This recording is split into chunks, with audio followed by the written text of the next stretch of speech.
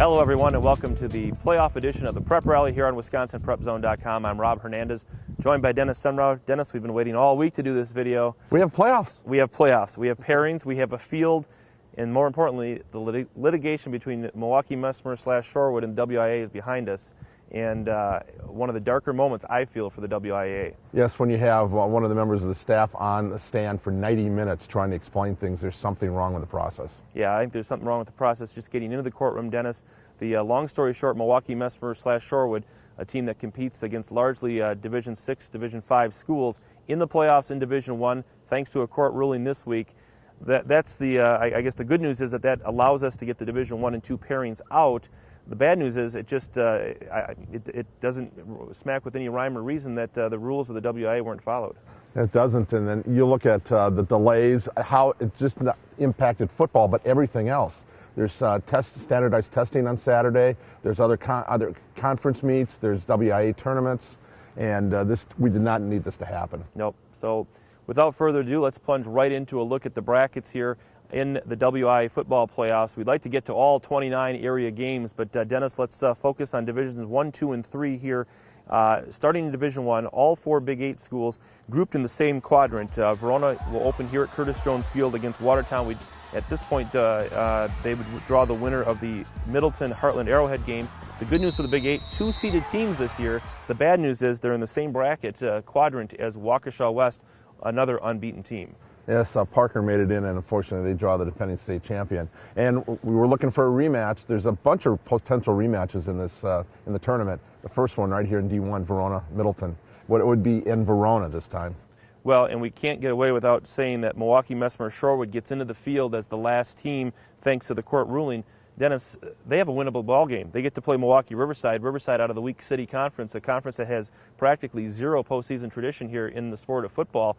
What do you make of that? I mean, could this have worked out any better for Mesmer Shorewood? No, 99.9% of the coaches in the state wanted Waukesha West in that bracket with them, and I'm sure the Big 8 wanted Waukesha West out of their bracket as well.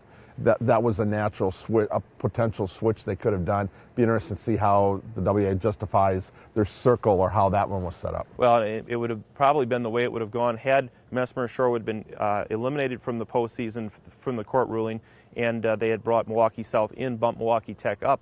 That could have brought another Milwaukee City Conference school over this way in exchange for Waukesha West, but it is what it is. Dennis, one of the highlights of the postseason brackets, at least on the first wave through, Monona Grove going to the northeast away from Waunakee.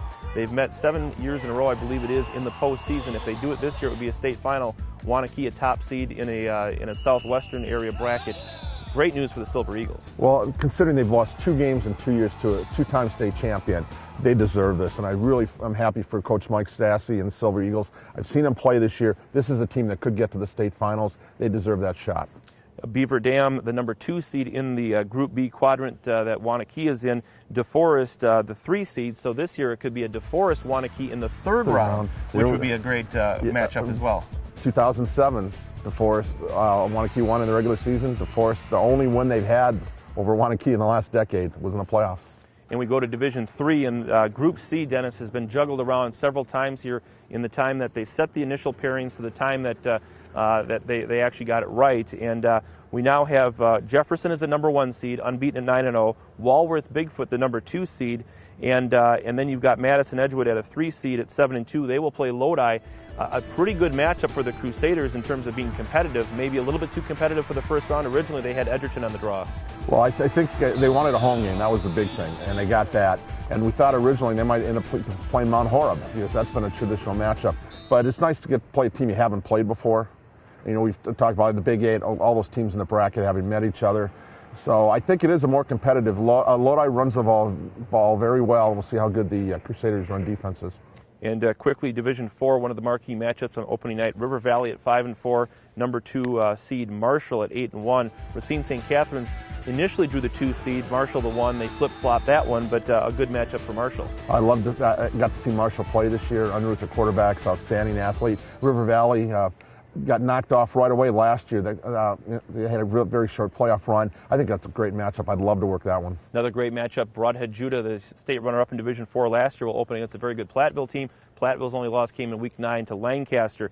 Division 5, a great matchup in the first round. Cambridge going to Darlington. First time Darlington's ever hosted a first-round game, because when they were on Tuesday nights, they couldn't play because of no lights at Martins Field. They will host Cambridge. A couple of guys, Alex Resnick for Cambridge and Seth Rowe for Darlington, both coming off 300-yard performances in Week 9. That'll be a great ground battle. Outstanding for Cambridge to get to the playoffs and for Darlington finally to host one. And that's a place you know very well from covering a ton of afternoon games there. Yep, so advantage Darlington, but very good first-round matchup there in Division 5. We should mention, too, that Lancaster, the SWC champion, draws a number 2 seed in Group C. They're away from Darlington, so the years of Darlington and Lancaster meeting early in the playoffs won't happen this year. They could meet in a state semifinal match. That would be interesting. But, Dennis, a whole lot of football before we get to that point. I'll tell you what, and it feels like it now. The weather's definitely dropped. We are in football playoff mode. Unfortunately, the way things were set up, why did we start a week early if this is all what happened? And that's what the coaches are thinking right now. And my point, football coaches take over the playoff format. Get it out of the WA's hands. And get it right and get it better for next year. But right now, we've got what we've got for this year. And this week on wisconsinprepzone.com, our game of the week for Week 1 of the playoffs will be Lodi and Madison Edgewood. That game Friday night at Breitenbach Stadium in Middleton. You can catch all the highlights and post-game reaction for the players right here on wisconsinprepzone.com. We've got a good number of Friday night games, an even bigger lineup on Saturday. So, Dennis, will have live blogs going both nights, a lot of activity. I'm excited now. Now that we got the courtroom stuff behind us, I'm really excited. We've got 2 solid days of football here in the postseason, and it'll be that way now for the next 5 weeks. How many games can we cover by ourselves this weekend? We got cross-country mixed there on Saturday. Oh, boy, I tell you what, I wish I could clone myself. It's a great weekend, opening round 1 of the WA football playoffs. All right, so there you have it. Level 1 prep rally is behind us. We'll see you for Level 2. Meanwhile, enjoy the ball games this weekend, and we'll see you at the stadiums.